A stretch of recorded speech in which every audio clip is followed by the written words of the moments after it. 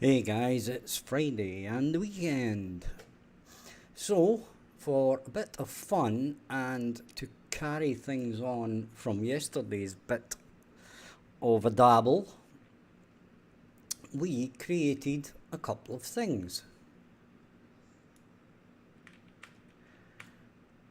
We made some lasers.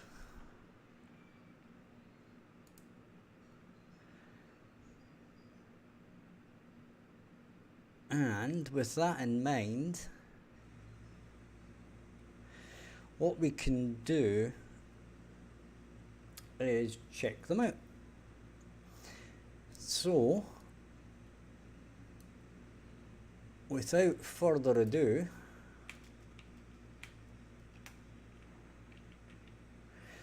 let's have a look at our gun first.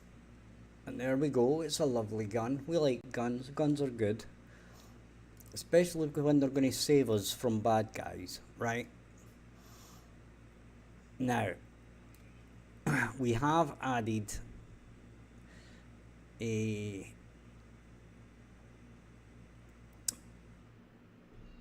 thingamabob, a particle system of the type Niagara, but what we haven't done is set it up to actually fire. Now, I'm not going to be doing that per se, right? But what we're going to do is we're going to add a custom event.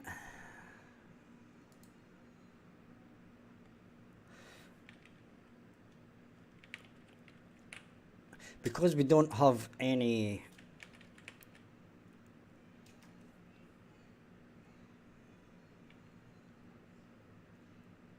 enemies at the moment, we don't have anything to target.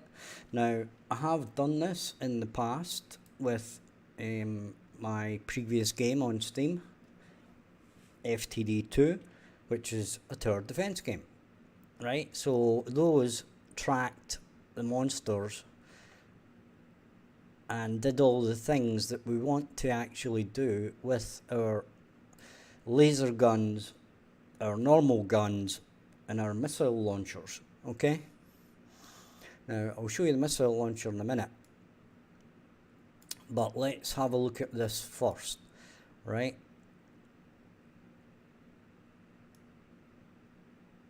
So, what we're going to do is we are going to set timer. As I said, this is basically a little cheat around at the moment. This isn't the way it's going to finally end up, but it will give us an idea of if this is working or not, okay?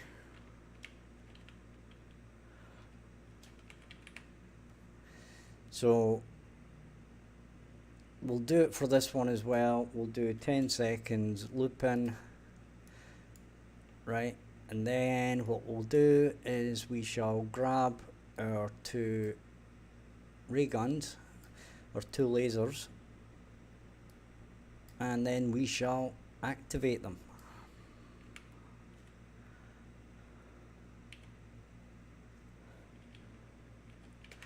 Okay.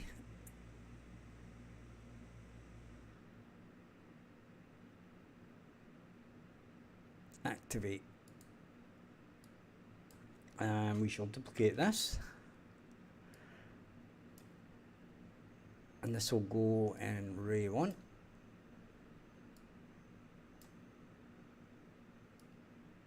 And in there. Okay, so these guns should fire every 10 seconds once these basically come out.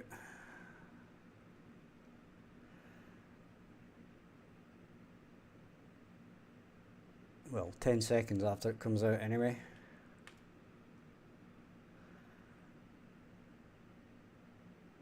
Are you going to fire?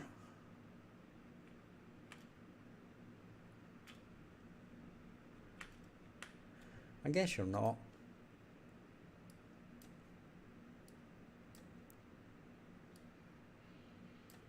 I think what we'll do is we'll just reset.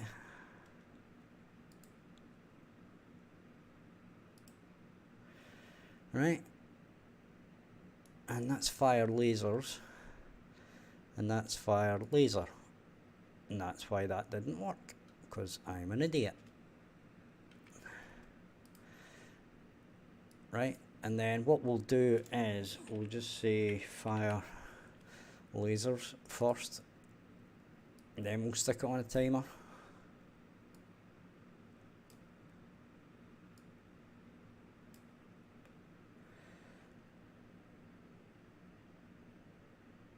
Hi Azodai, thank you for the kind words. Hey Kofi, how are you, mate? Right, so basically if is ready to fire,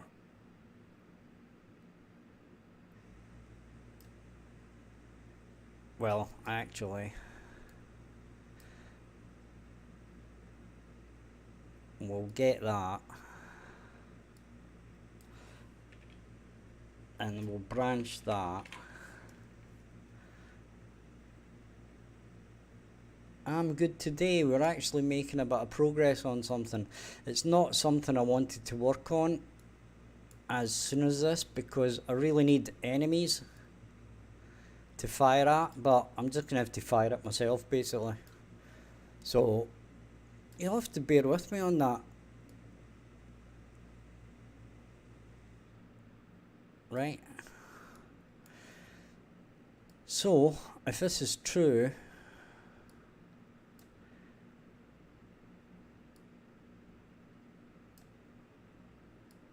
if the guns are online, then we allow it, and if the guns are offline, then we need to deactivate these. May as well do things right and switch these on and off. So we want to deactivate the guns if we go offline. So I'll show you what that means in a minute. We will need this code later on, well, the logic behind it, but it's going to rely on a couple of different things, but in theory, yeah, it should work. So we're going to clear the timer by function name, and it's basically fire lasers.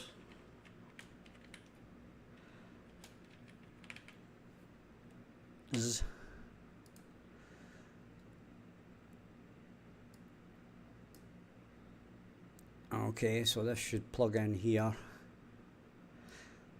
So it's going to stop the timer and then it's going to deactivate the lasers if they're actually firing at that point. Is the thought behind it. Right, and we need to plug this one in, obviously. Right, so let's take a look at our lasers that I did some of last night.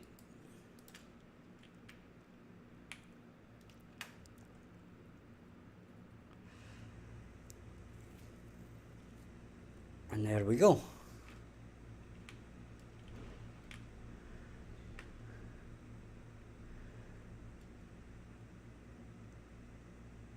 Pretty cool, huh?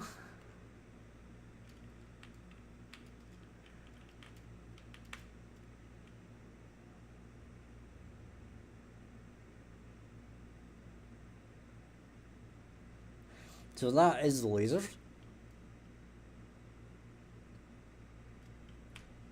As I said, I reshaped this, recolored it, took away some things that I didn't like about the particle system, and I ended up with this, which is pretty cool. Now, I'm going to have to do a start and stop point for these, where obviously the start point is where it is here, and the end point is going to be where it hits the bad guys, right? But yeah, now let's move on. That was one thing I did last night. And what I did this morning was I started playing with projectiles.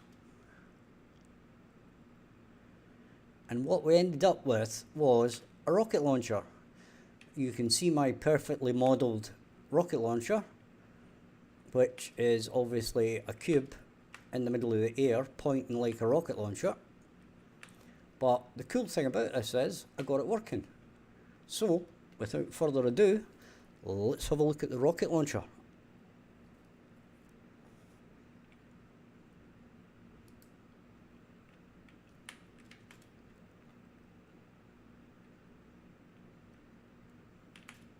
And we can see that our rocket launcher is launching a rocket and hitting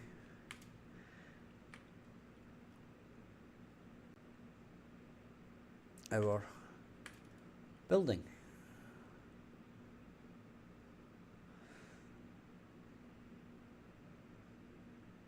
Right, now ignore the collision on this because the collision isn't quite right. Right, but you can see what's happening.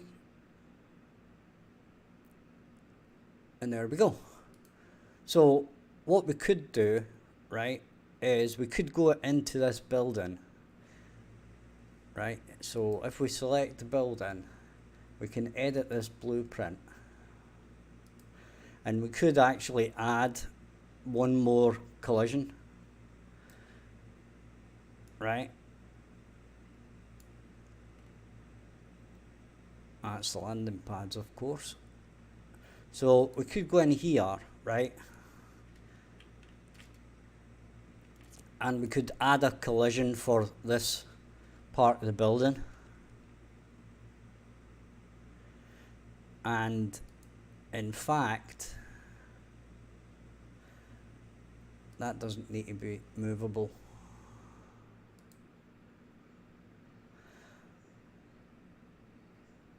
But if we look at our building mesh,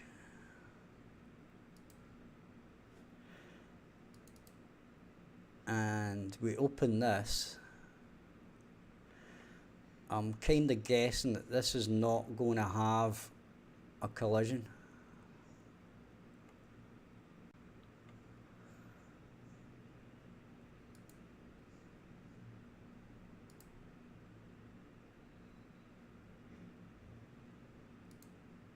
Now, if I save that, and if we now press play, I'm wondering if this is actually going to...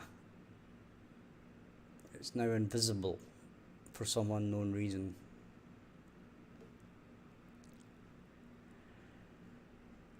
Well, that was weird.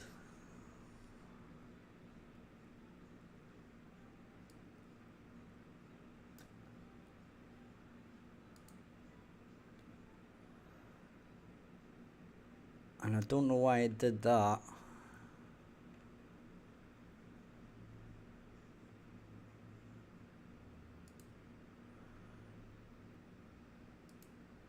We'll go with that. And for some reason,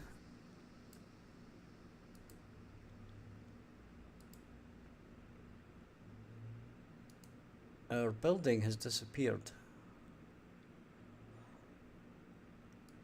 And I don't know why.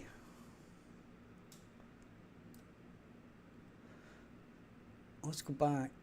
Let's go back to here.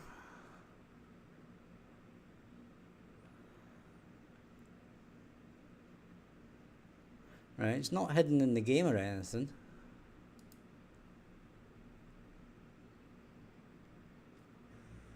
So this is all a bit weird.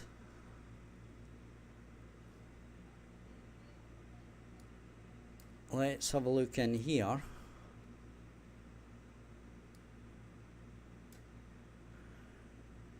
Wow. So this has suddenly decided that our building is no longer... I was just looking to see if the actual building had like reset position or something, but obviously not.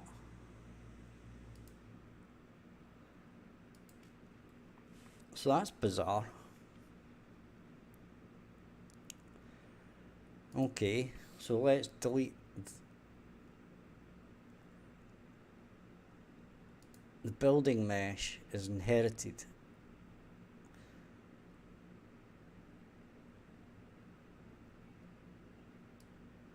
Right, but no, you're not.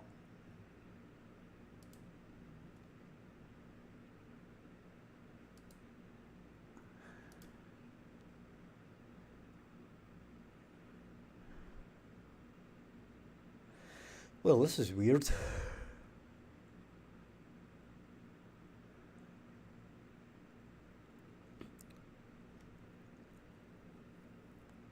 I would have been better doing it the other way around and just adding a collision box,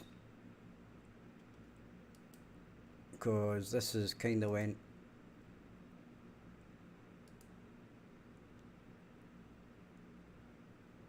right. So this is a hangar,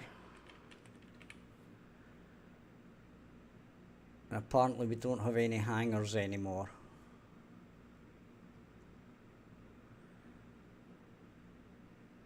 And that's because it's right. So for some reason it's decided that it's away over there for some reason.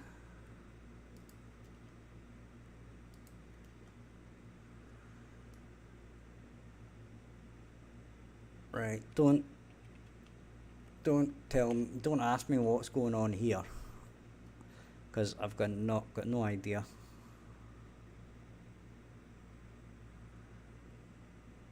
Right, so we're going to delete that. We're going to delete that.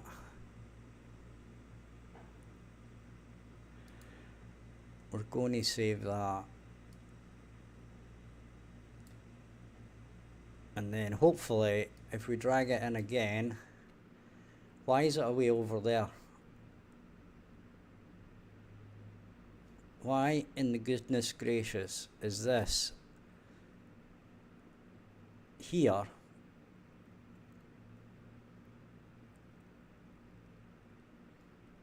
But I don't get it.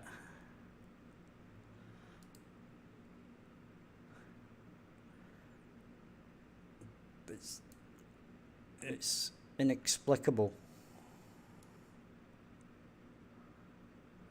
And that's just spawning the drones.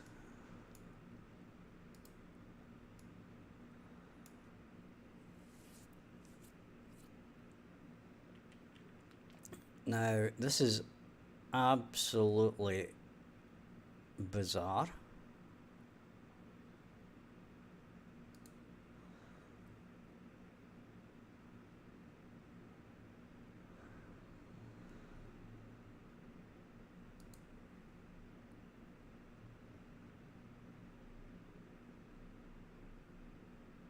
I think I might know why it is. I think it's because of the scale, and I think the pivot point is at a corner here, and that's why it is, where it's a way off.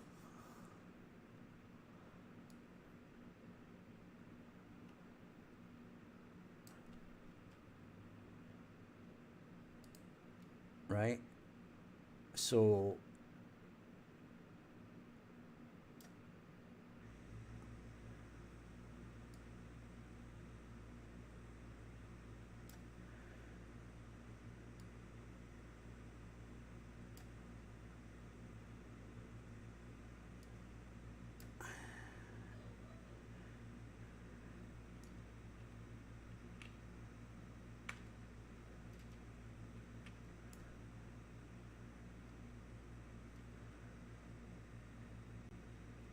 Right, so we're then just going to have to move it manually.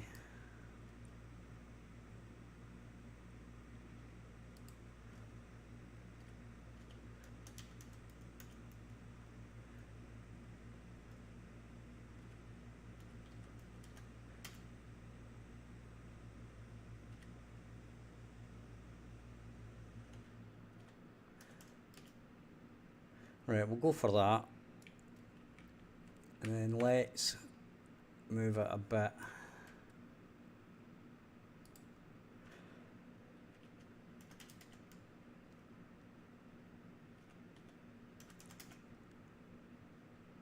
So we'll go for 1650.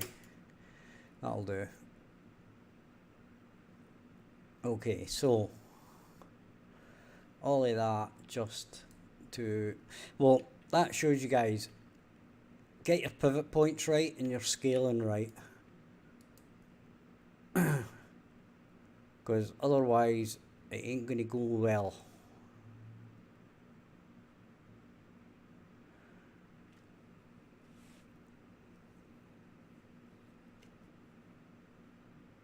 Is the whole thing just, I thought the whole thing had just crashed there.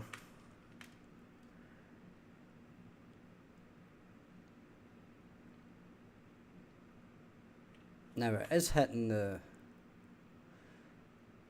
you see it, yeah, so it's still not hitting this, right?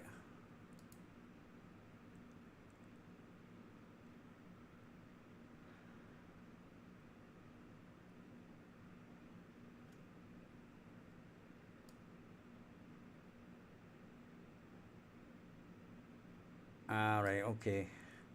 Is that what it is?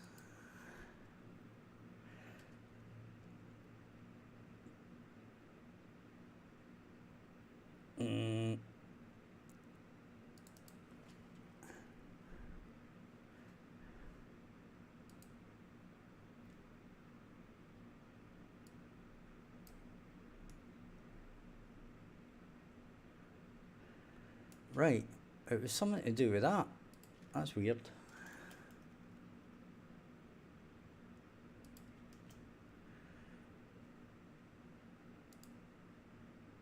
Now, I wonder if this has now got the correct collision on it.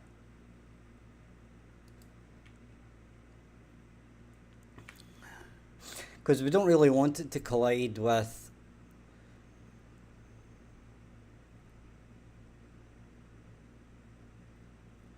the outside parts. We want it to collide, yeah, we want it to collide there, but we want it to actually collide with our building and not with the...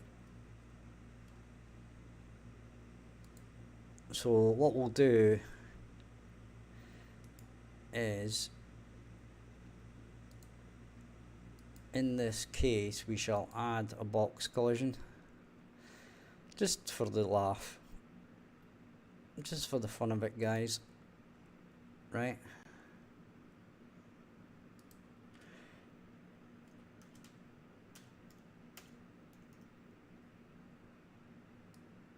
And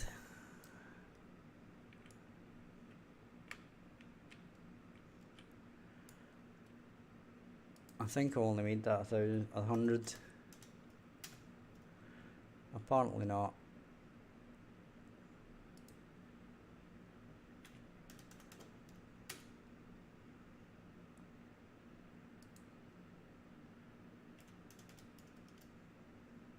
So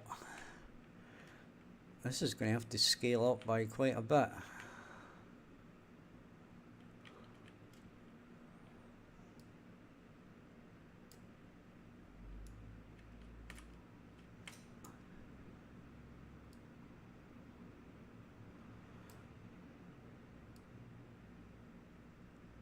Well, that's a bit on the big side, I think.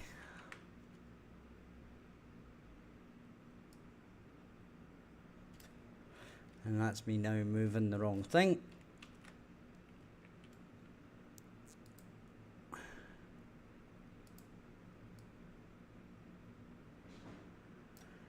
So we'll look at this, and it's a bit on the thin side. I don't mind playing with this because what it does is it gives you a chance to play around with things and find out what works, what doesn't, and all the rest of it, right? So we can take a look at this and see what actually works, what actually doesn't work, and what we can use and what we really don't want to use. Right, so I'm going to go for that's cool.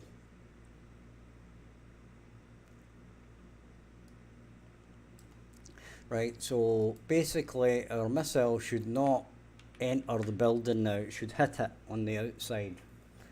That is our hope.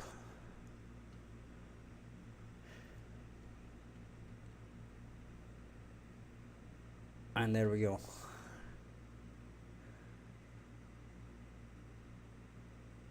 Pretty cool, huh?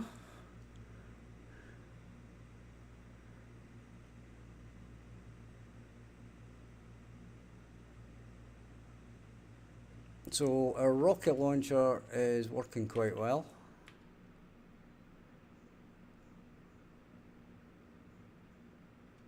Now, the interesting thing was, I didn't want it to actually be like in...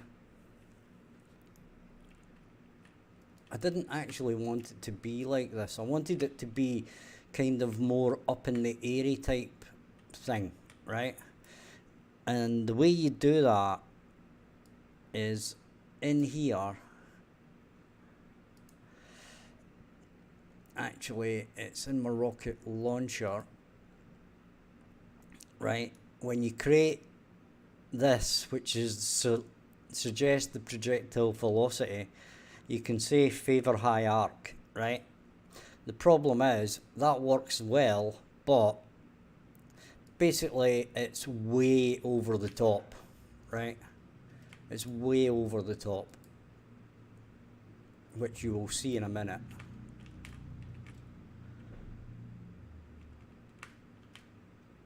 Right, so you can see that it's just crazy over the top.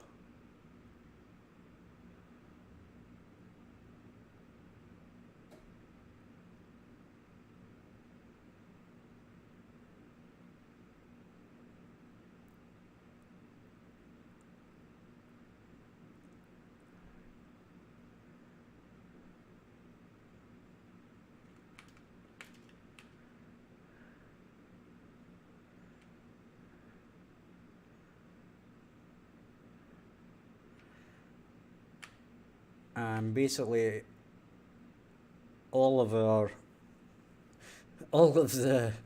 whatchamacallits, the particle systems ran out by then. Right, so we need to redo the particle system. I mean, it actually looks not too bad, right? What we could do is we could zoom right out and see how high it actually goes. I mean, it's crazy. It's bonkers.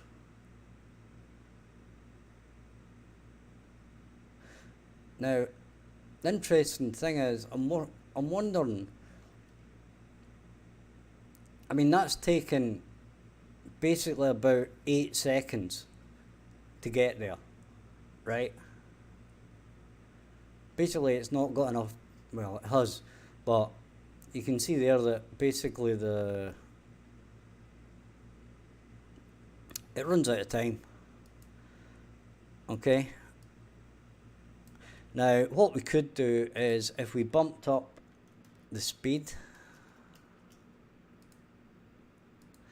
I'm just wondering what this will do. As I said, I was playing with this morning, but is this going to make it go even higher?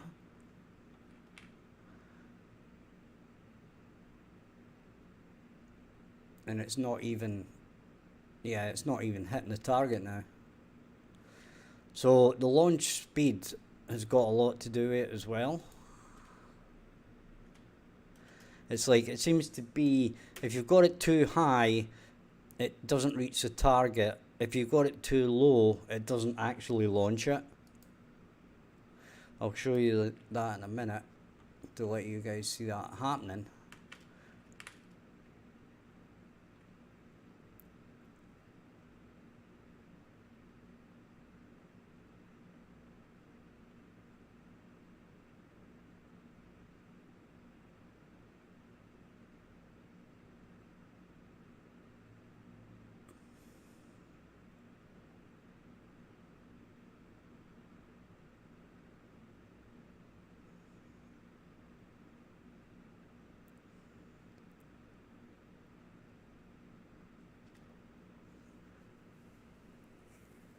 I mean, I have got another way of doing this, right? Rather than using the actual projectiles, what I could do is do what I did in the tower defense game, which is basically I create a spline. And in this case, what I would do would be that I would create the spline, make a point halfway, then determine the height by the length of the spline, and work it out like that, right? But what I want to see is if I take off this thing here, right? What I actually want to see is if I move this like quite far away,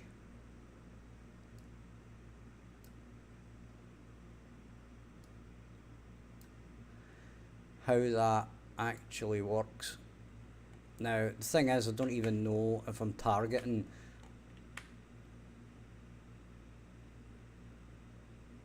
Yeah, that works.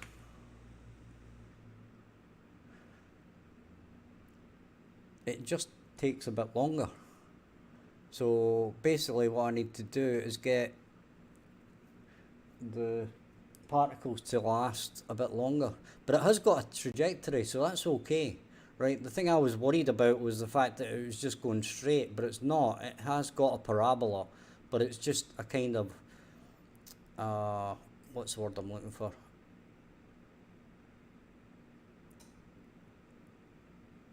It's a shallow parabola, rather than like a big whopping high one.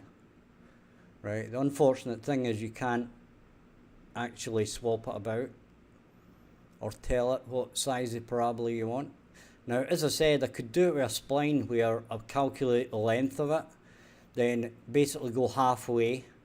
So there'd be a start, a midpoint, and an end point. And then going by the distance, I would adjust the height of the second point.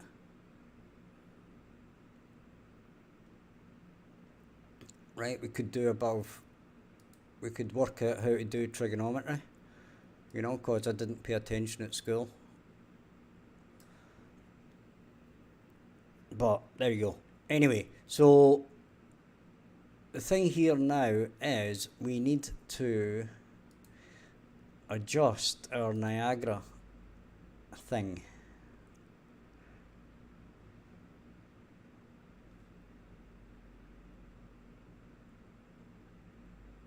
Okay. So this is Niagara small.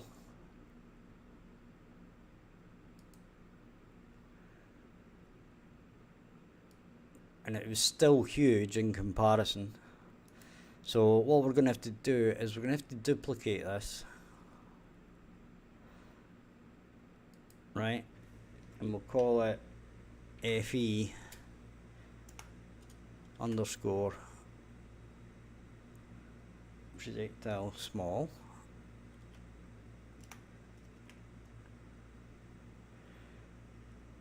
And these are going to have a longer lifetime. Okay. So if we come in here,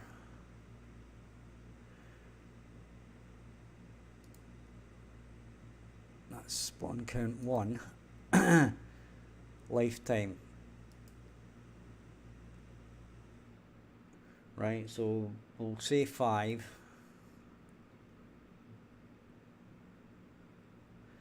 We can fix these if we want, but we'll leave it for now.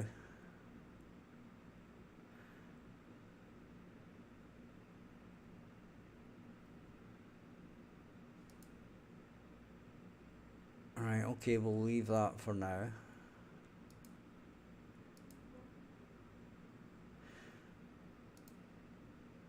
And that's going to have to be 5 as well. Let's make it 10. and let's make this one also 10.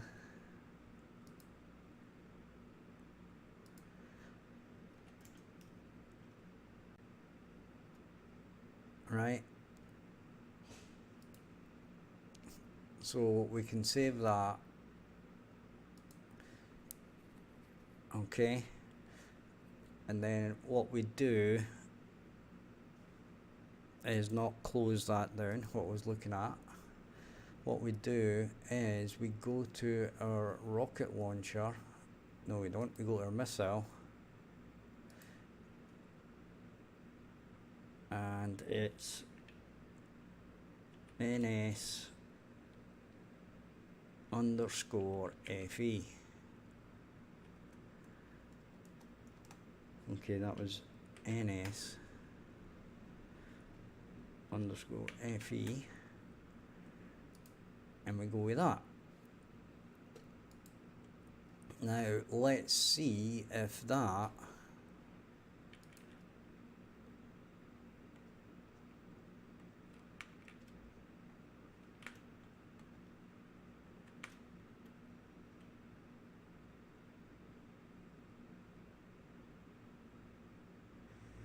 it's still switching off. Well, there's one of them switching off, and that's the one that I didn't change to 10. I changed this one to 10, but I didn't change the initial one to 10. Except I did.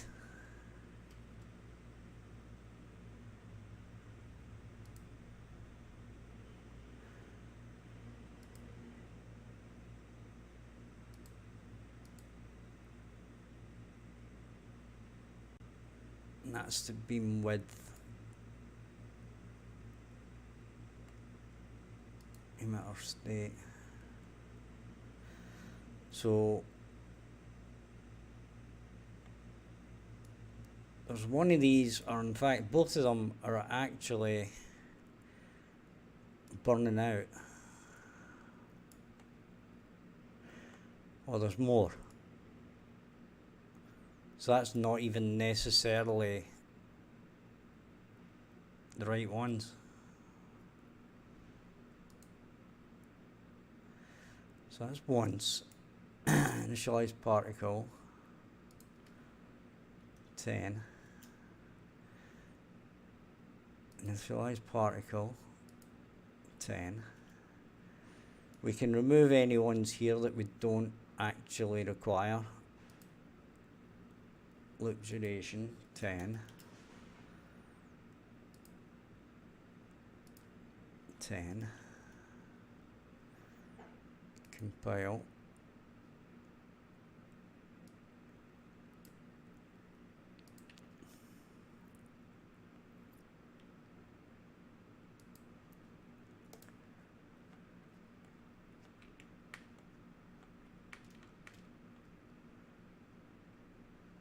It's still going out for some unknown reason.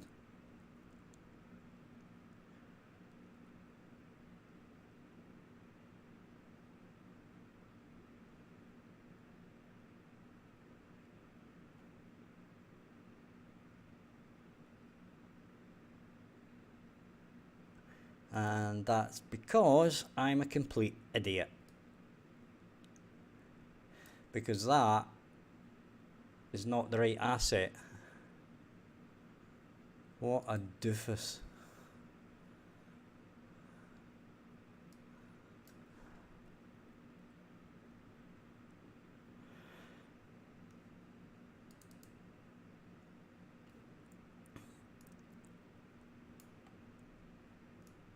Right. So, this bit on the front here, I'm not 100% keen on. So we really want to find that one and take it off.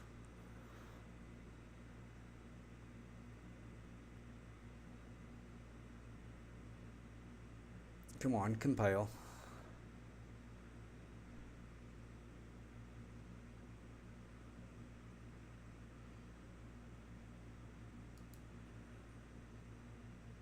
Actually, you know what?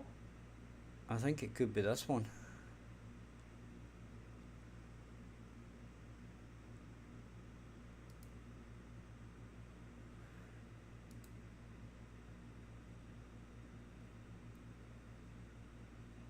Come on. Compile.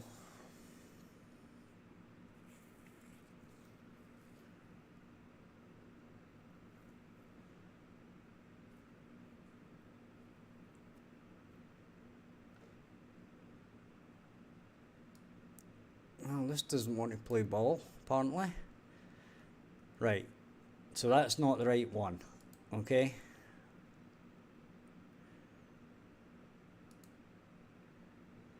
So it's this one.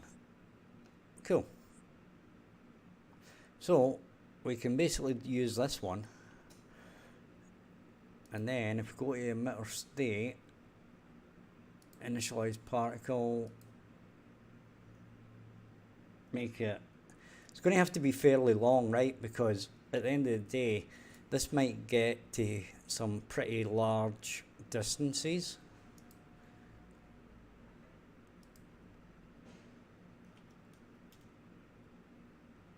And it is always eventually going to hit something. Lifetime. Now, that's fine, I think. Right, because I'm getting the feeling that that is... Those are updating all the time. Lifetime 10. And then again, lifetime 10. So, compile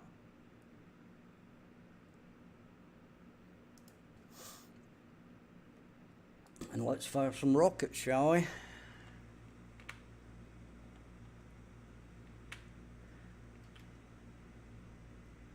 Yeah, that's better. Cool.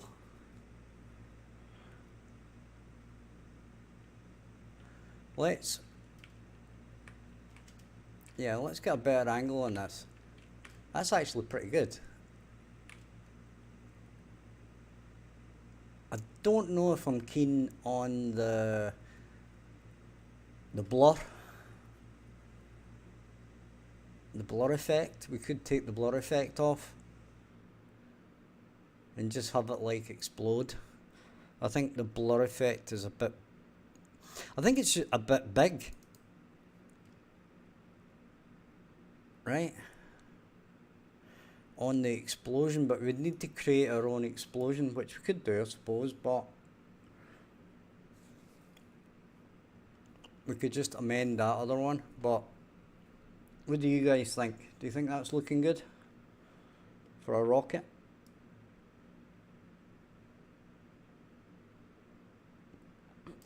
Now, this actually kind of makes it so that we need to now start thinking about what we need to do to actually make rockets, right? The stuff that you're going to actually need to make the rockets.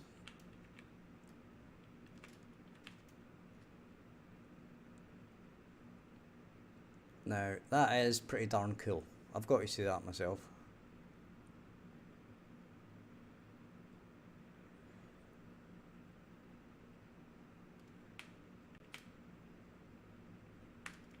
Even if I have to say it myself.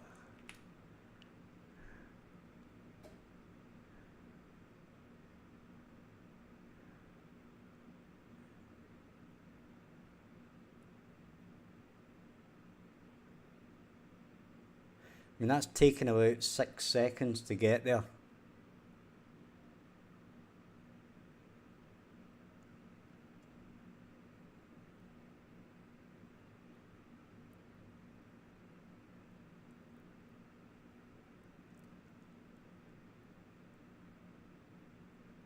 But yeah, so this actually led me on to 2 points. Number one is you're going to need to build these rockets, right?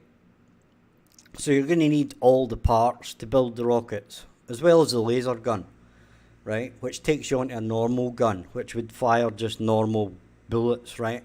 So you need whatever you need to build bullets, which I don't actually know what it is.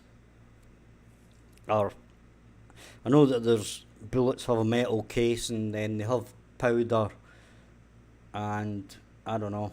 I'm not a gunny person. I don't come from America, so I don't know much about guns.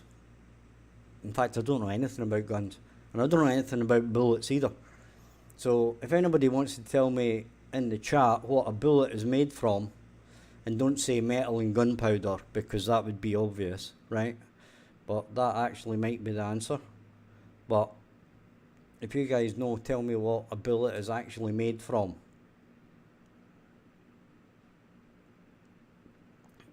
Right, so, but there we go, we've got rockets. So yeah, sorry, there was 2 points. Number one was the building of the things that you can make to make a bullet, to make a laser gun, to make a missile launcher, and to make the missiles that go in the missile launcher. Okay? So that leads on quite nicely. Then the next thing we need to do, that actually leads on to a number of points. Number one, it means that you're going to have to be able to go to a building and take out contents from it. Okay? Because if a building is making bullets, you're going to have to be able to either manually go and pick up bullets and put them in the gun, right? Which means that in both cases you have to open up that thing along with your inventory. And the second thing is, our buildings are now going to need health, because there's no point in us being able to fire rockets if the enemy that we're firing rockets at can't attack our buildings. Which brings us to a whole new thing.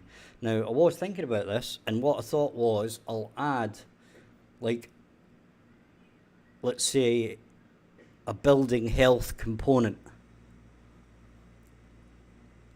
Right, so it's not going to be, basically every building will have a health component and a damage component, right? They'll be the same thing. So basically the health component of a building will take care of damage.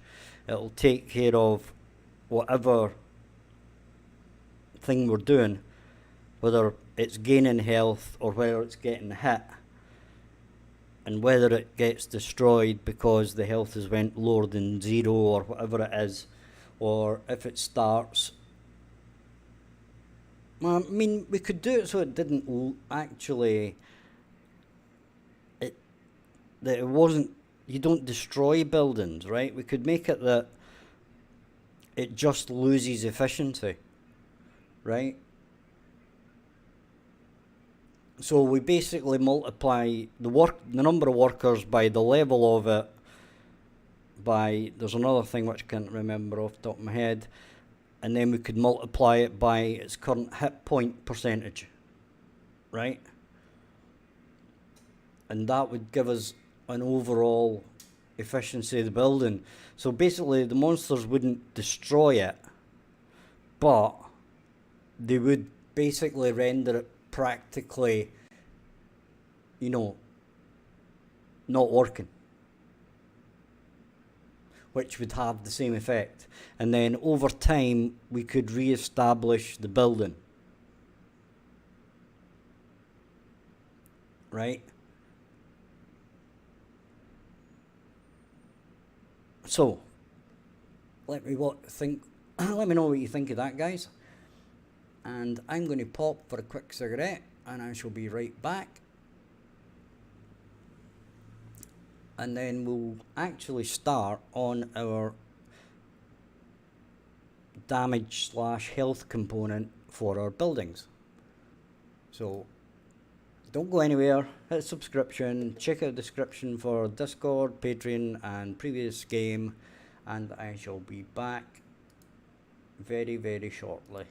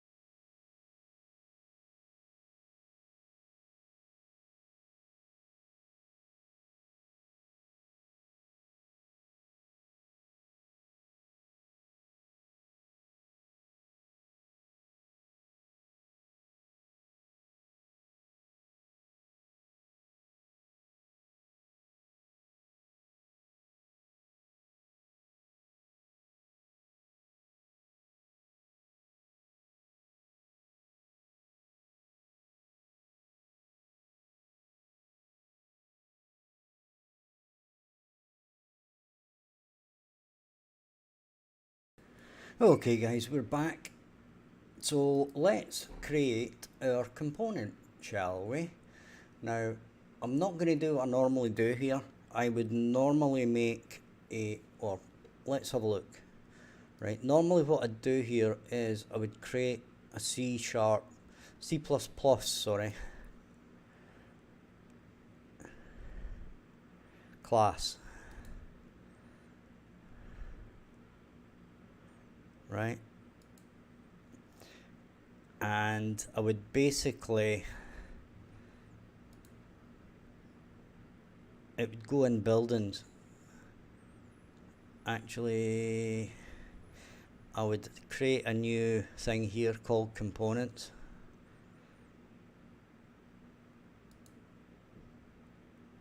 Now, what I'm wondering about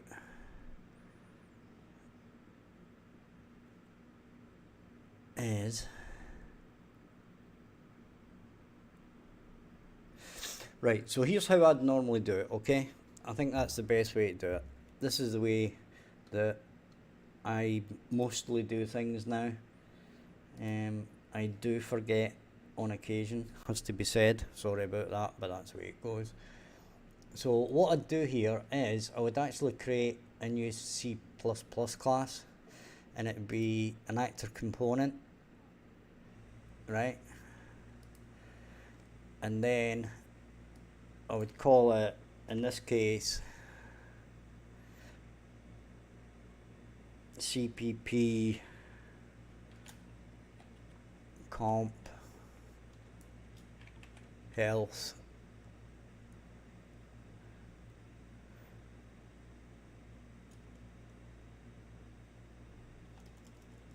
call it comp for component,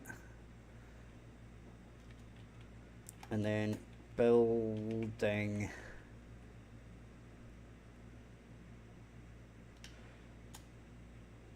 let's call it damage, right? And then in here I would give it the correct thing, so it's going to be blueprint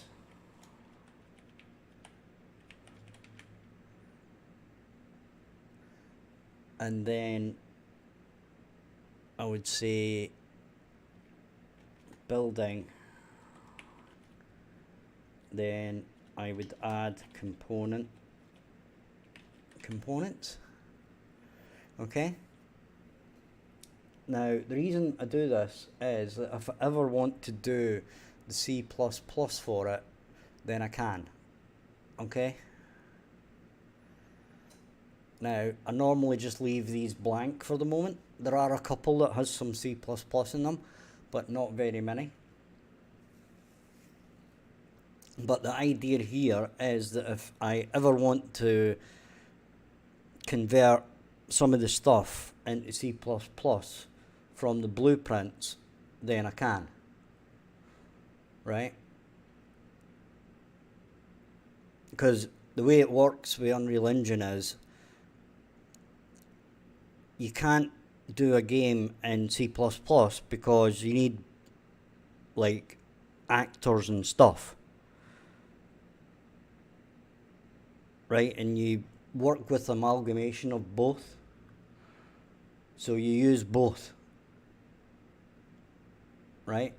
Now I'm probably lying in the fact that I said you can do it with C++ because you can, right? But Epic, the way they do it with a combination of C++ and blueprints, okay? So that's my reasoning behind this. And if you set up the C++ classes in advance, right, then you can easily move the code over. Now there's no reason why you can't just do this at the end, but hey ho.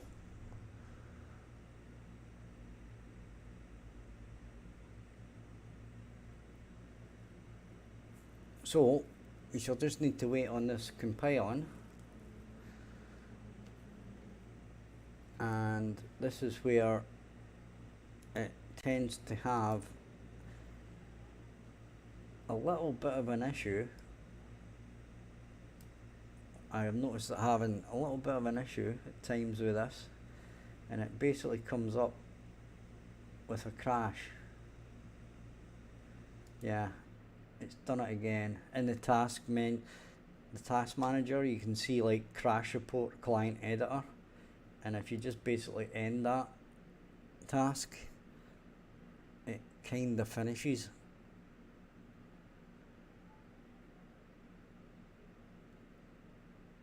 Or it kind of lets it continue with doing its thing. It does take a minute or two to create this C++ class. This isn't out of the ordinary, I can tell you that.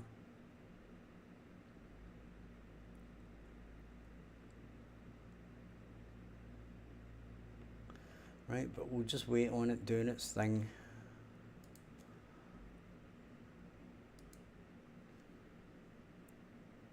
And then we shall soldier on.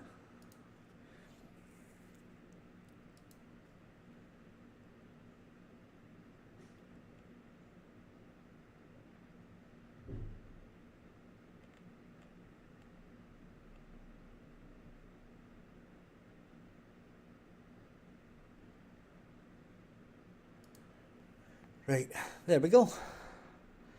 Okay, apparently, no it didn't.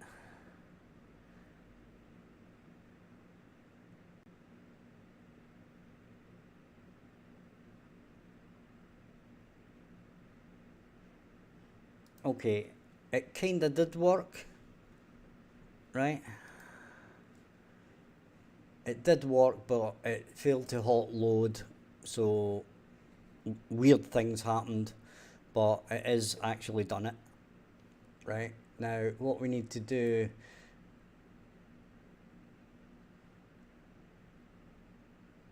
is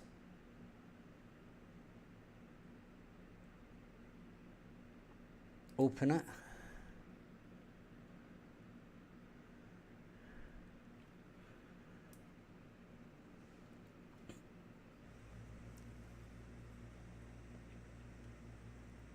Right, and I'll show you what I mean by leaving it empty. Right, it'll basically have absolutely zero code in it. But the thing is, what you can do is you can now parent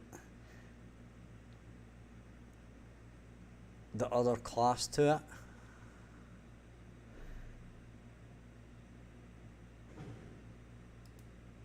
And you'll notice now that we've got components and we can actually open these up, but you'll see this is an empty thing, right? Completely empty. And this is also, once it opens, it's basically empty as well. The only thing it has in it is the references to the actor component. So it is an actor component, right? Or it's basically it's inheriting from the actor component. Okay? So basically that was just to show you that. Right, so we can basically close this down again. And now what we do is we come out of our C++ classes, right, and if we go back into here and then go to components, right, and create a blueprint class, but this time what we'll do is do CPP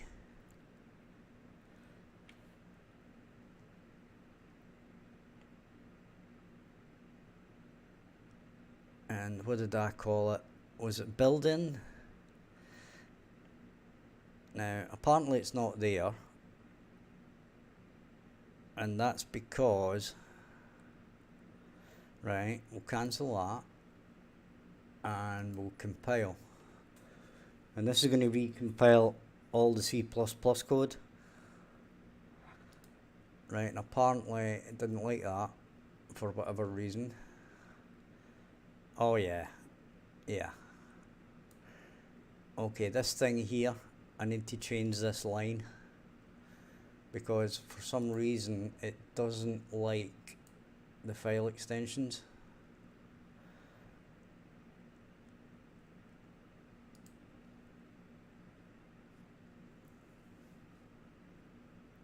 So we just basically copy them from the other one, the other ones.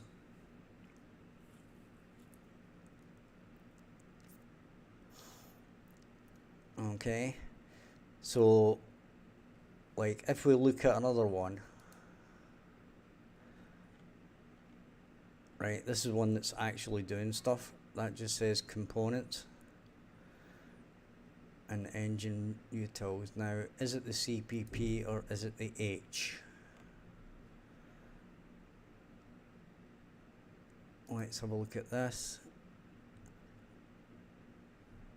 Right, so grid complete.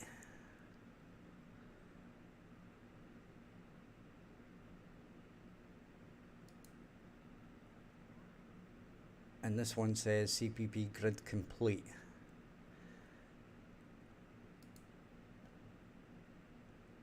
And I think we just need to do this.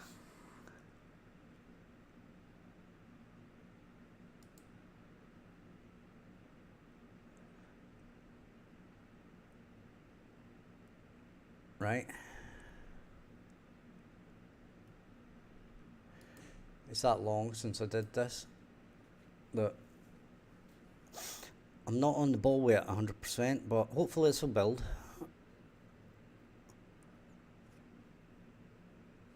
And it did. So we are okay with that. And this will get us to our final destination. So I'll just do a compile. Now if you've already compiled it in the actual C++ in Visual Studio, then it does compile fairly quick.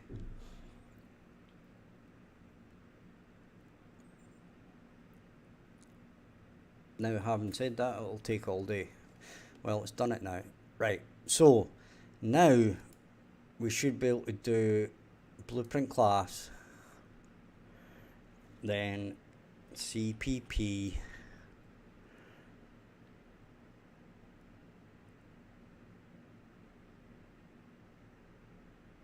and where the heck is it?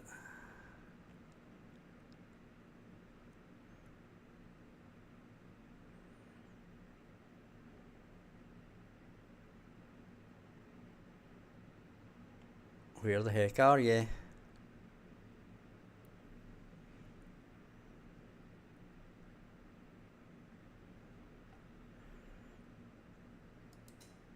Well, that's all rather weird.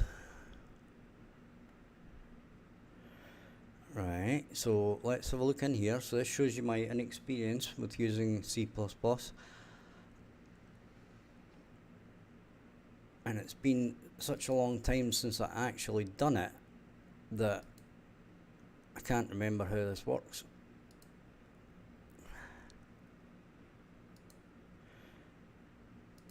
And it is there. There it's there. It's CPP comp.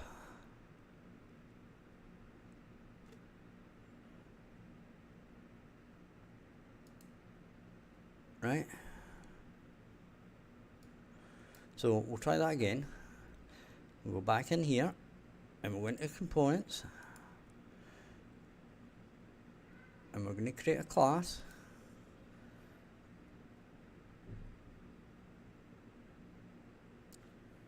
CPP comp. And it's not there.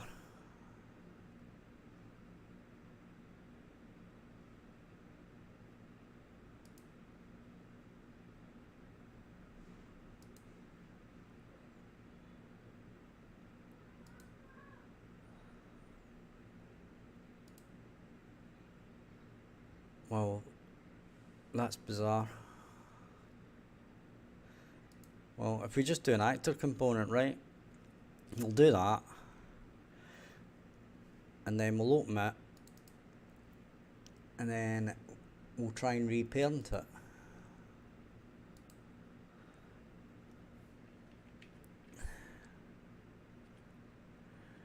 Well, apparently you can't do it that way.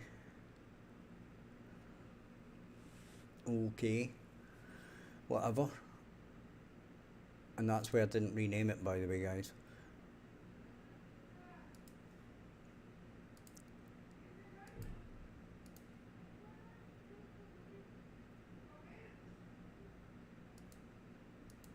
Right, delete that. It's somehow got 3 references, but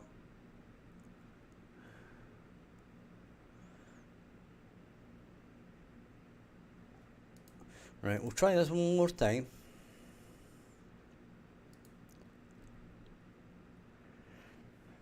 CPP, and it should be in here, comp, which is not. Right, so save all. Then what I'm going to do is I'm going to refresh the project, and this is where everything breaks and I have to stop the stream. I'm joking, guys, hopefully it won't, but it still wouldn't surprise me.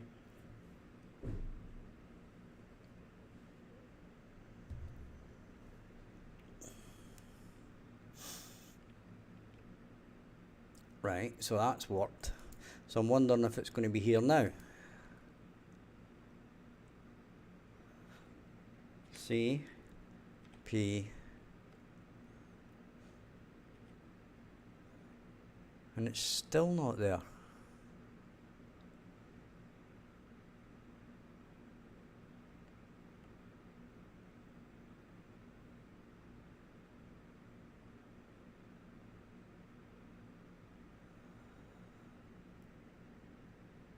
Well, guys, I'm lost on this one.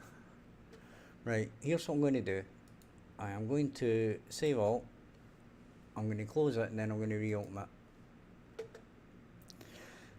That is my brilliant plan.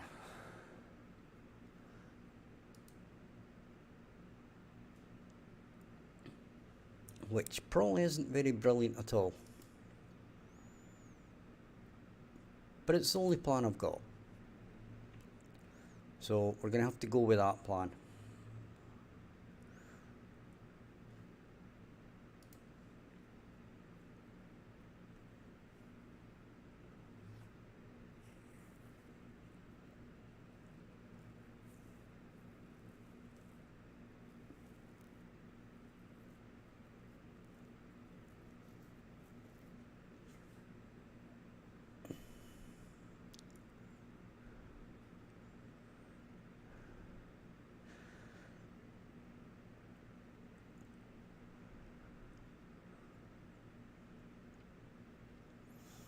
And I really want this to work.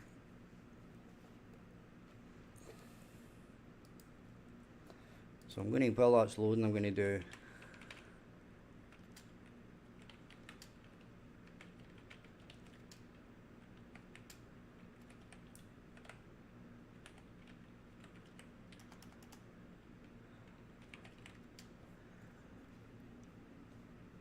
right.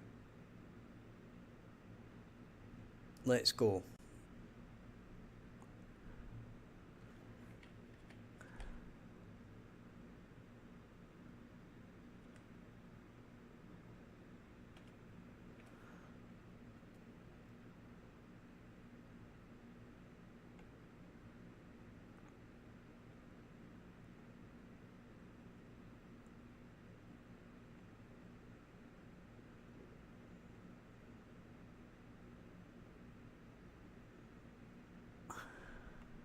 So it was comp. The only one there is comp building worker. That's not right.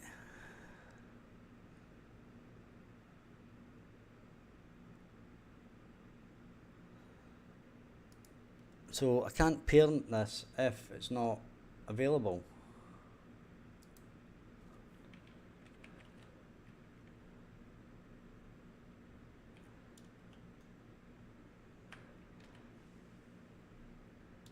Right, I'm going to do a quick Google on this.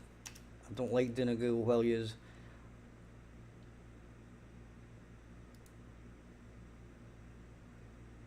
To see if there's a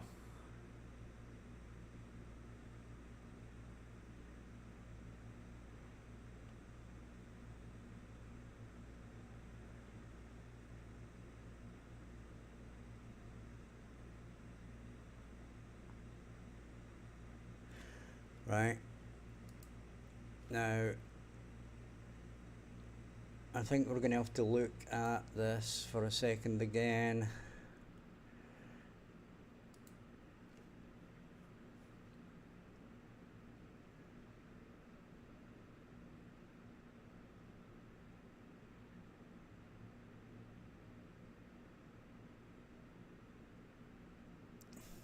Going to have to compare this again to what we were looking at before.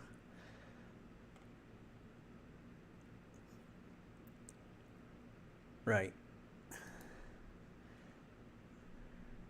Core minimal, did it, grid complete. This is the important one here, right? Because in our damage H, core minimal, components, actor component, building damage, and it's U actor component, so that's correct.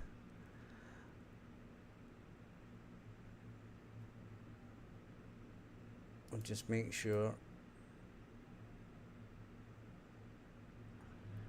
Now we do have other components.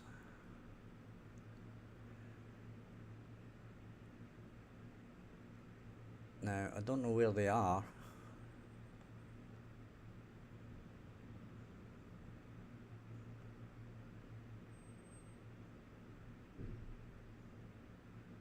I believe this might be one of them.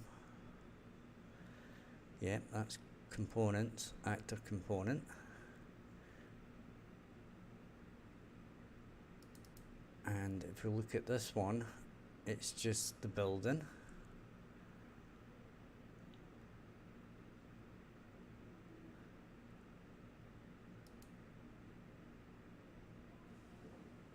Right, so that looks okay. That looks exactly the same as our H file.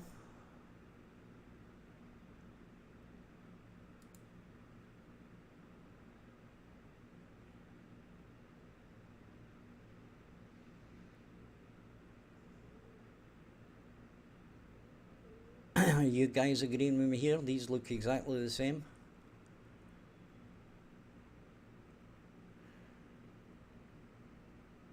And if we look at the CPP, you'll notice this is empty as well, right?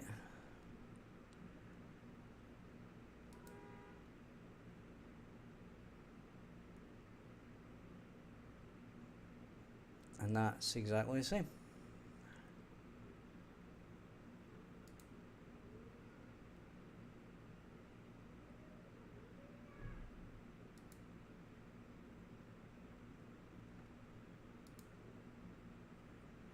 Okay, this is interesting.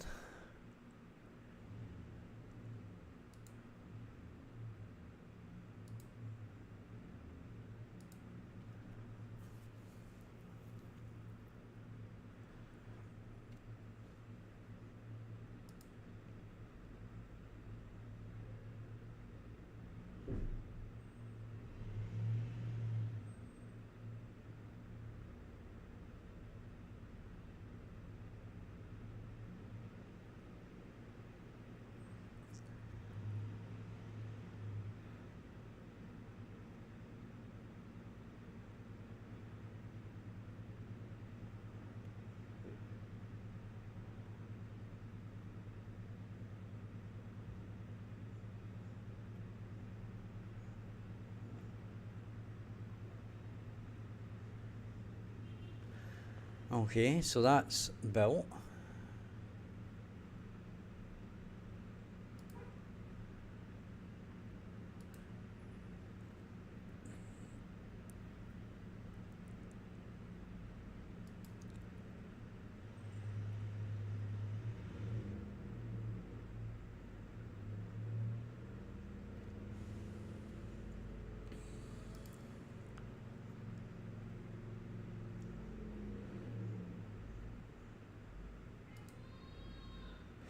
Yeah, a lot of people have problems with this.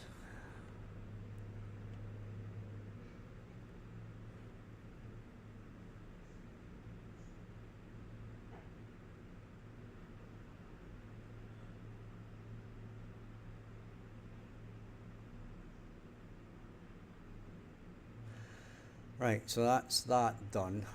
We'll try this once more, and then if it doesn't work, we're going to lose our shit. Or I'm going to have to find the solution offline. And it's just not there. It just ain't there.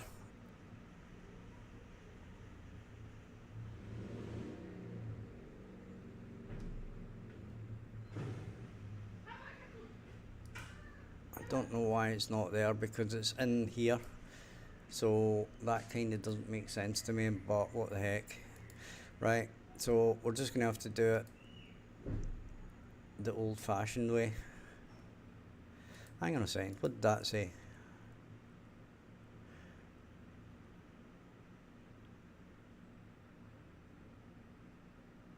Nah, we're not doing that. Never noticed that before.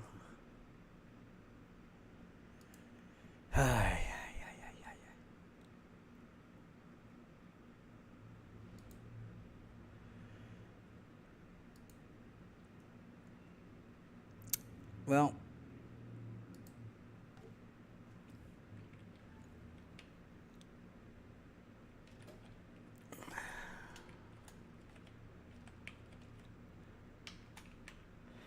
we'll just create the component then.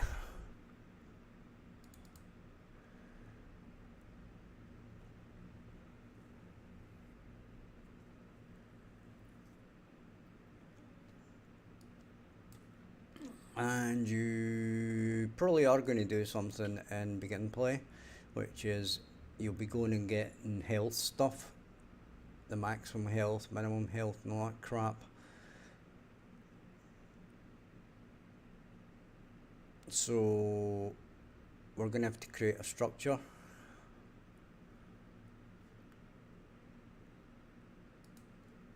Which is fine.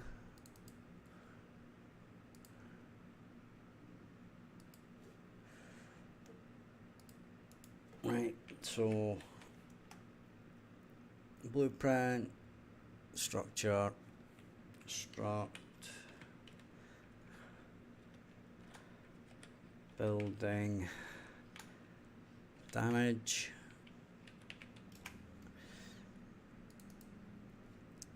and we're going to have current HP. That's going to be an integer. Then we're going to have max HP. That's going to be an integer. And what else could we have?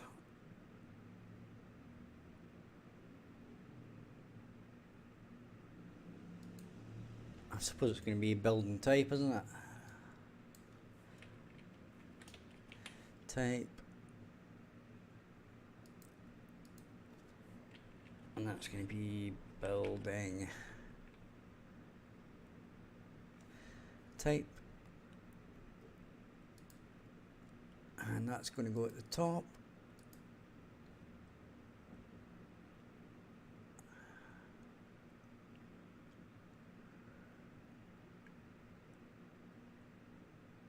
So type, current HP, max HP.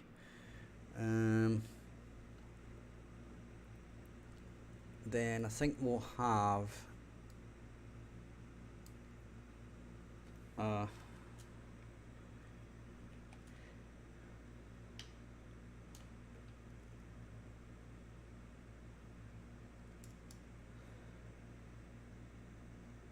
HP gain in seconds. Right, so that's the number of seconds it takes to regain 1 HP on its own. Okay? So that can be an integer as well.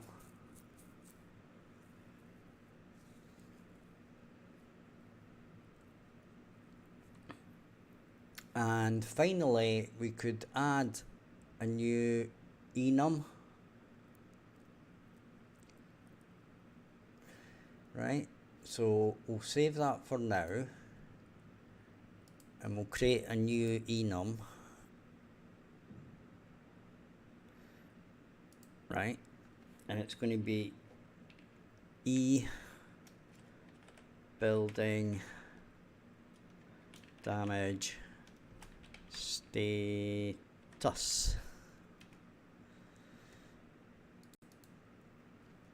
And in here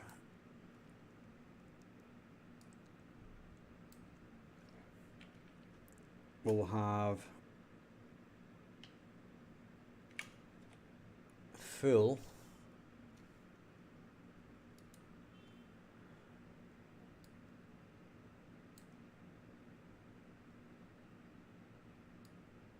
no, we'll have normal,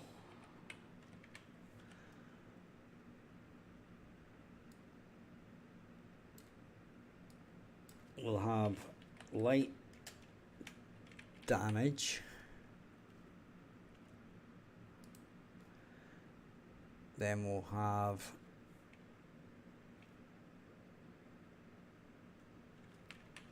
heavily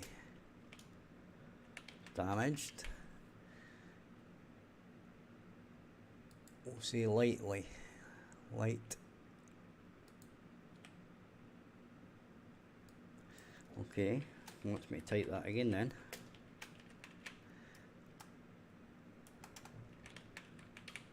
Lightly damaged, heavily damaged,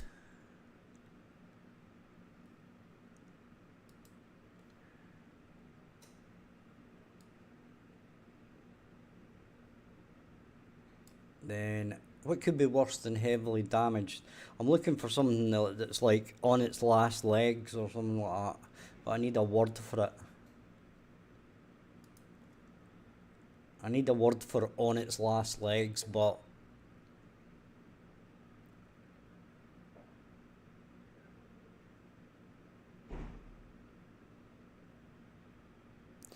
could be something like operation.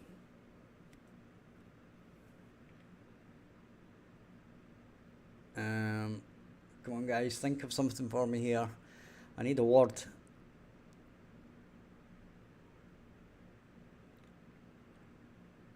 I mean, it's a bit wordy, but you could say operationally compromised.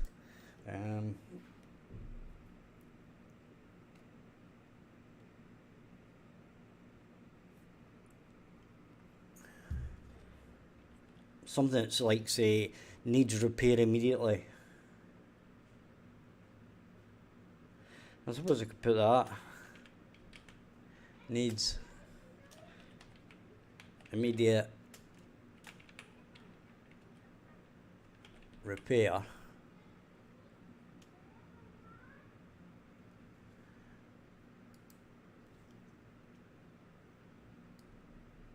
And I suppose you could say destroyed.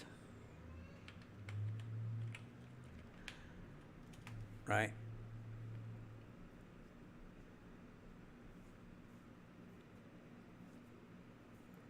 So like normal would be 100%, right? Lightly damage would be anything like, let's say up to 60%. Heavily damaged would be from 20 to 60%. Needs immediate repair would be 0 to 20, and destroyed would be 0. And we could set a flag to say needs destroyed or something, right? So that's the idea behind this enum. Plus, giving it descriptive values means that we can put it in the display for the information about that building. So we can say condition,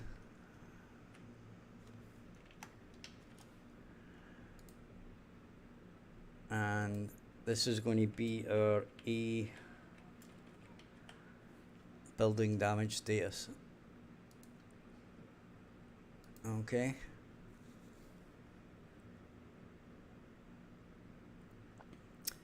And on that note, I'm going to take a break, get a drink, and I'll be back in 2 minutes.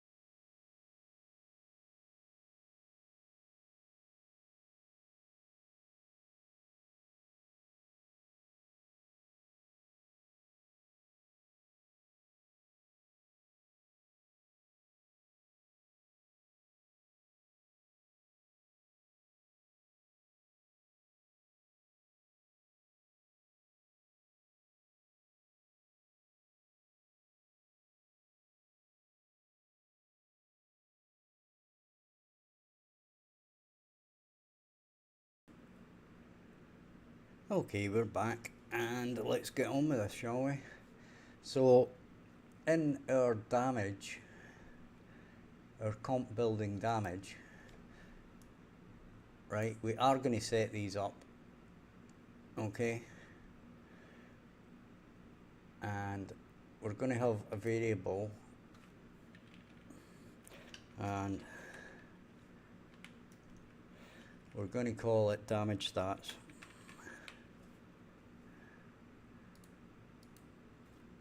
And this is going to be struct building damage. Okay, so we'll save that.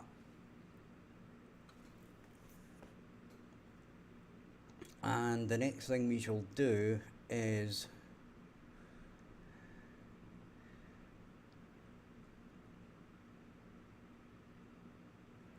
we shall do a function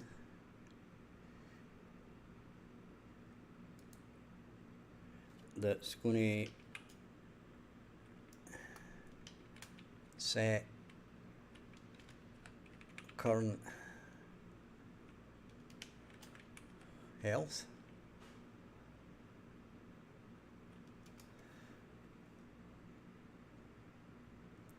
Right, and we're going to need an input.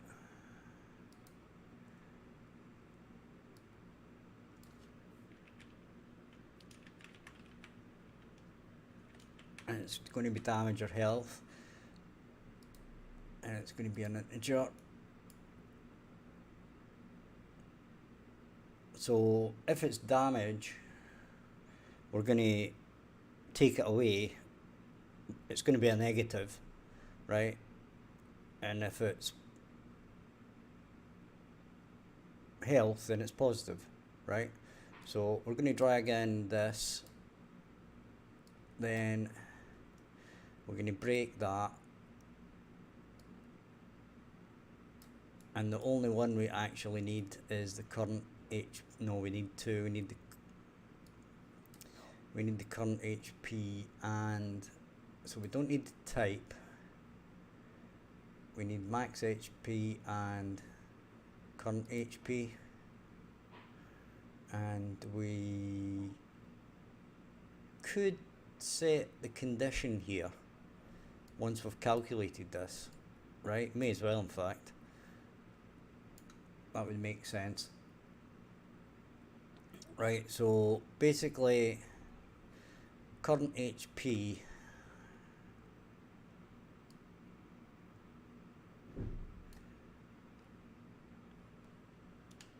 plus this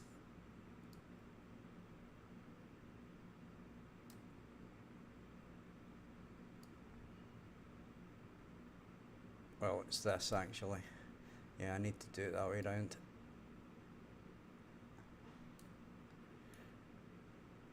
So it's current HP plus that, and then for this we've got to set members in struct,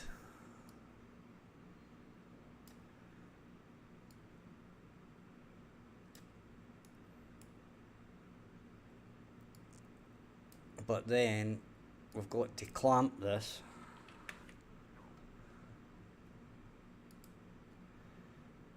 to max health,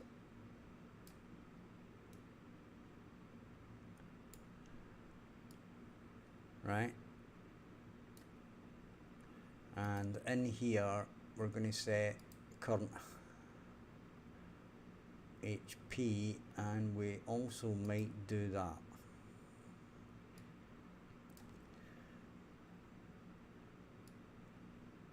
Okay. Now, in this case, this would be one of my candidates for C++, because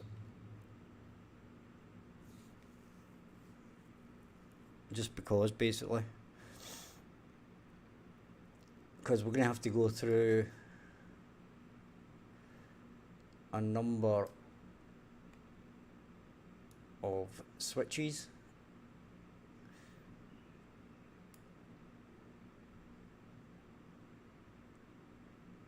Or possibly a number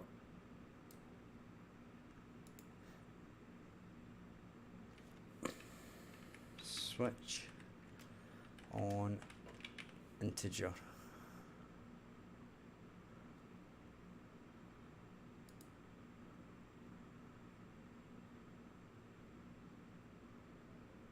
Apparently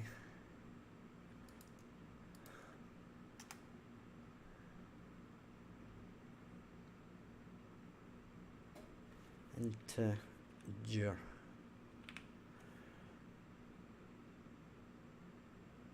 Why is it not giving me the switch on integer?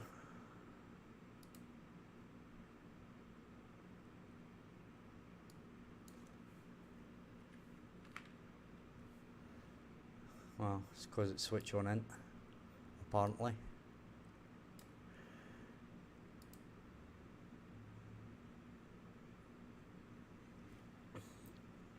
Right, so we can't do a switch on it.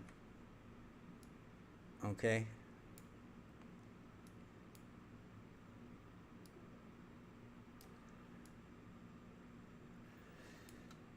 So, can we do, this is something that I need to learn how to do, right? Like select.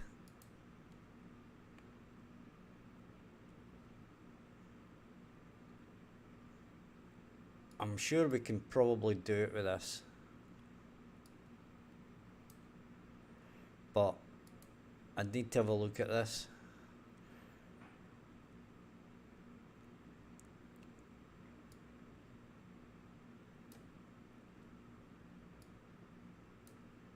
Hi Micro David, how are you, mate?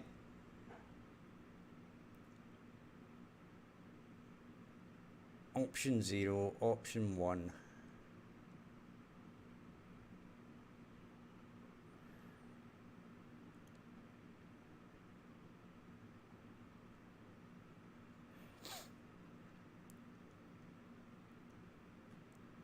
Right. So what we could actually do, right,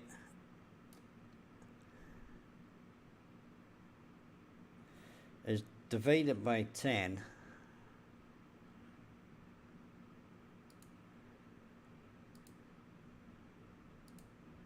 And then just forget the modulus, right? So that's only gonna give us 10 options, right?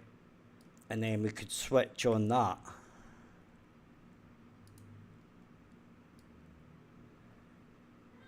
Right, which would be a kind of interesting way of doing it. I mean, it's not ideal, but as I said, I would normally have done this in C++ and just did a case select.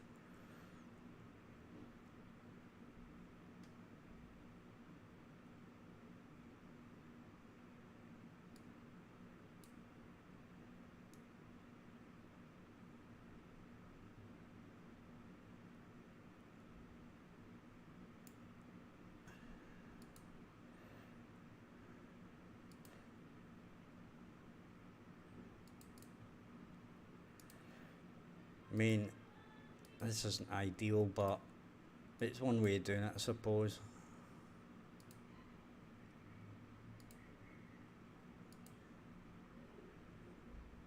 In fact, this isn't even a good way of doing it, because if it's anything between 0 and 9,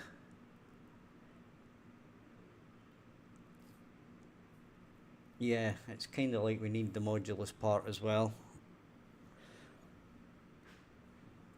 Right, okay, we'll do it the goofy way, shall we?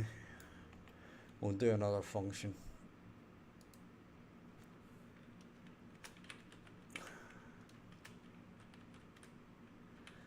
We'll say return condition. Okay, and this is going to take in a number, and that's going to be current HP.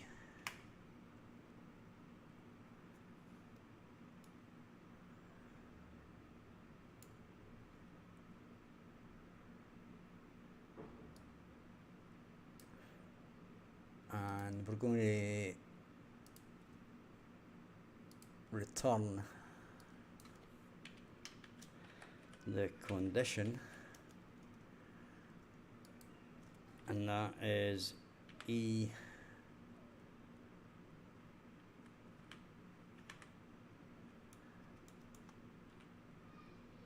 I can't remember what this is called now. It's called E building damage status.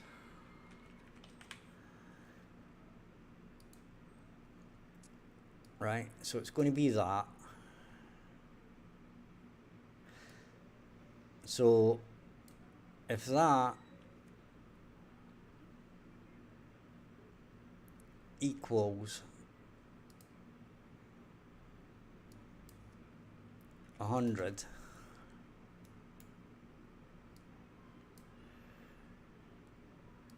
right, we're going to branch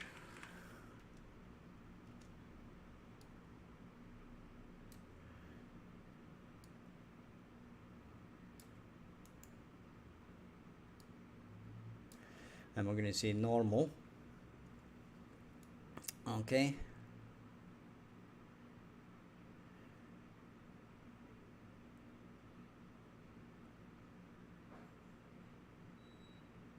Now we could, yeah, let's do that. Let's do that. Temp condition.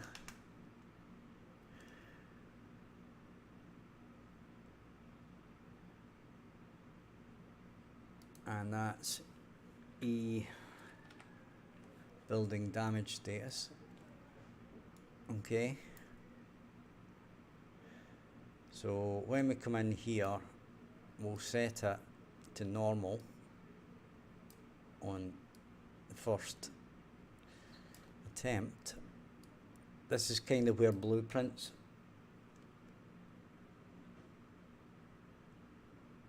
Yeah, the problem with a lot of tutorials, Micro David, is they're not really tutorials at all. All they are is like what you used to get, you know, like copy this code and at the end you'll have this game, but they don't really tell you what you're doing and why you're doing it.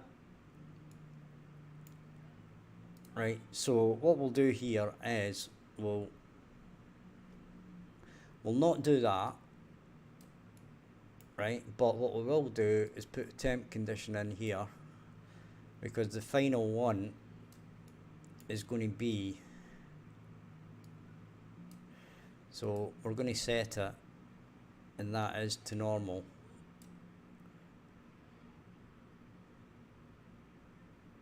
In fact, we don't need to set that at all.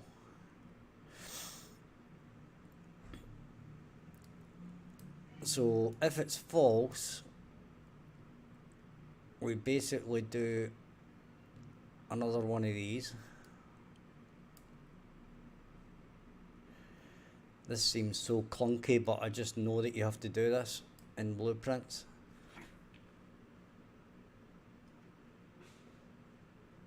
It's greater than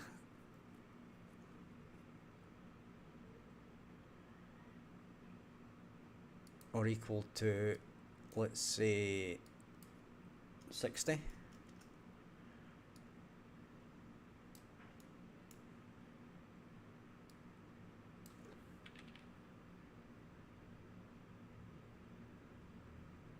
We could do this as a, actually, we could do this as a sequence, right? Now, it's still going to be just as clunky, but it'll probably be a bit tidier. So, if we do a sequence, yeah, but it's going to do all of these if we do a sequence. Yeah, sequence is not going to work. Well, it could work, but we'd have to do it the opposite way round. Right, forget that.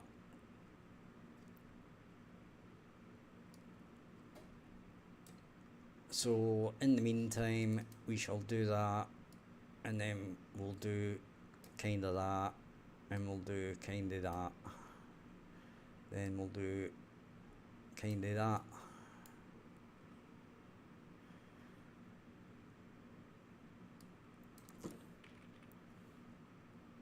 And that's going to be a branch. So we're just basically going down a sequence of branches here.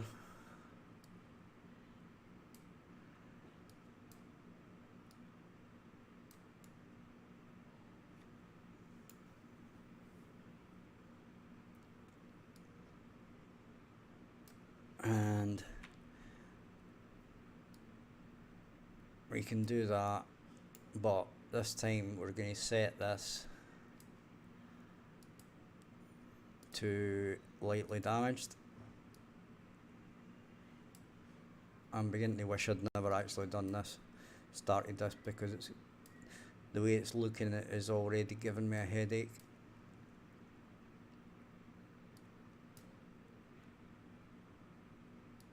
Right.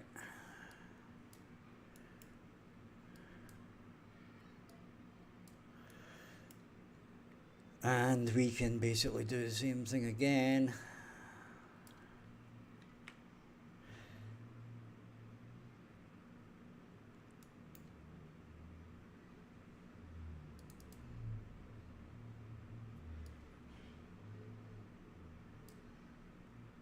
So we've got 160. Then if it's greater than 30, right, we can say heavily damaged.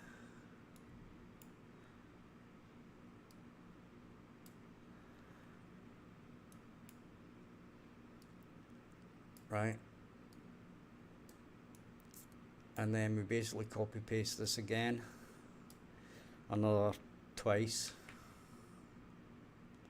No, actually another once, because we don't need to check the last value. Because if it's none of these, it's got to be 0. Right? So this goes to here. And then we say greater than equal to 1. Then we put needs immediate repair.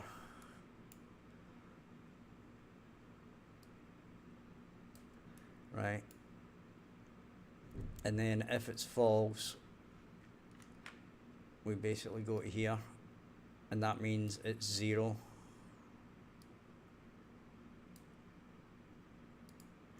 So that says destroyed. And there we go. Not ideal by any stretch of the imagination, but it'll work.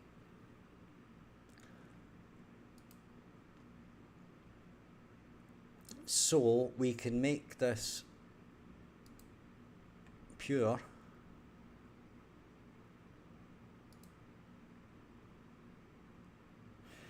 And in fact, this is going to need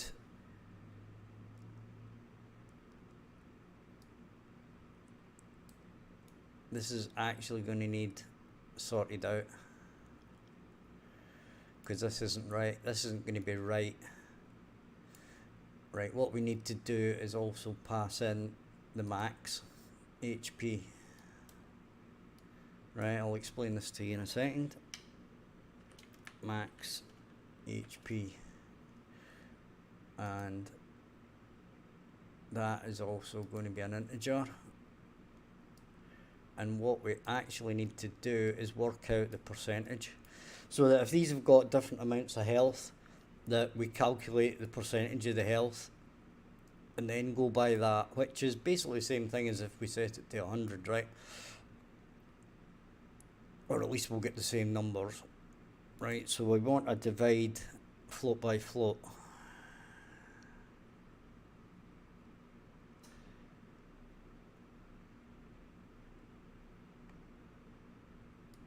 Right?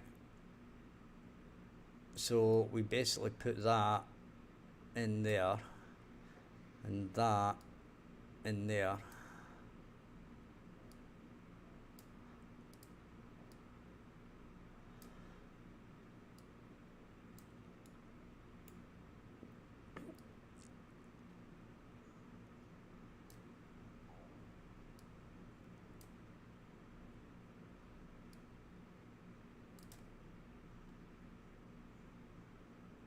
Right, that'll work.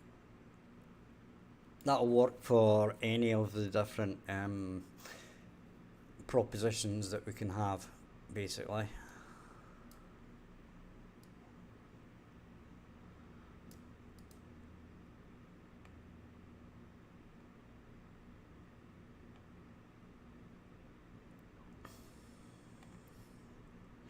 And in theory, we didn't really need this temp condition either. We could just have basically plugged these straight into here, you know, and forgot it, but hey ho.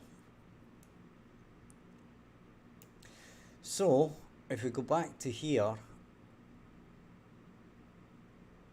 our set current health, and we did set it to pure, right? And we can delete that, So let's get that in there. Then we plug that in there. Then we get this number here and this number here, and we plug it in there, and then we set this with the struct out. Okay, so that all works rather swimmingly. And what we'll do is we'll try to tidy this up a bit. So we'll plug that in there. We'll drag this down a bit.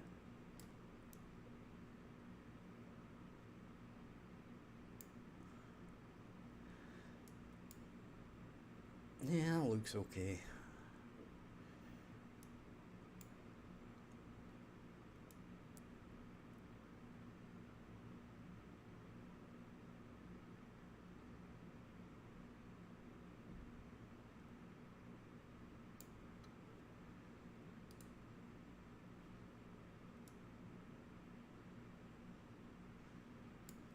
Right, and in here we're not getting the condition. So that can move up there a bit. And we can straighten to the reroute node.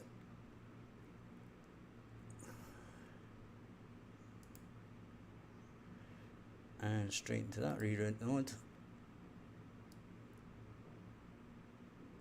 Pull that down there.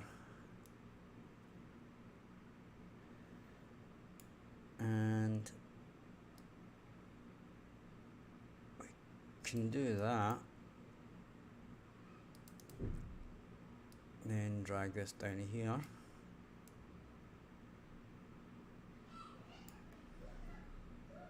And then this whole section here can move up a bit.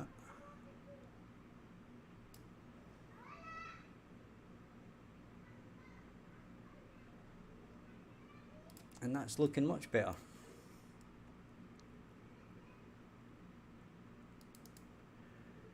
And we can drag this out to here. There we go. That's looking much better.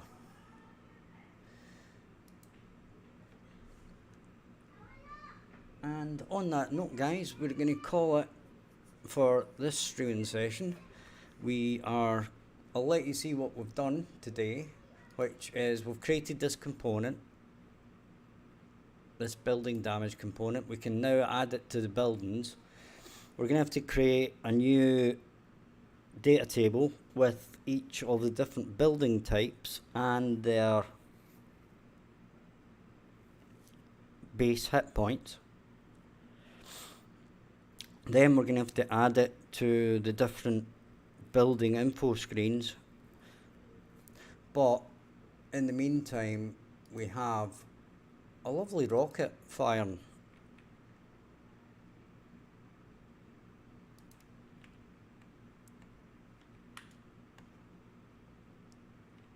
Right, we've got a lovely rocket firing at a building, which is kind of awesome. Right. And we also have our ray guns that fire. At the moment they only fire a certain distance, but we'll not worry about that too much. But the firing lasers out, so we need to fix on that as well. So if you've enjoyed the stream, hit the subscribe button. Check out the description for the Discord, which you're welcome to join, and my Patreon, which is how you can get your name in the credits and on the name of buildings, and also my previous game on Steam, which is called FTD2, which is a fantasy tower defense game. So thanks for joining. I'll see you at 8 PM tonight Central Time. and have a good afternoon, folks.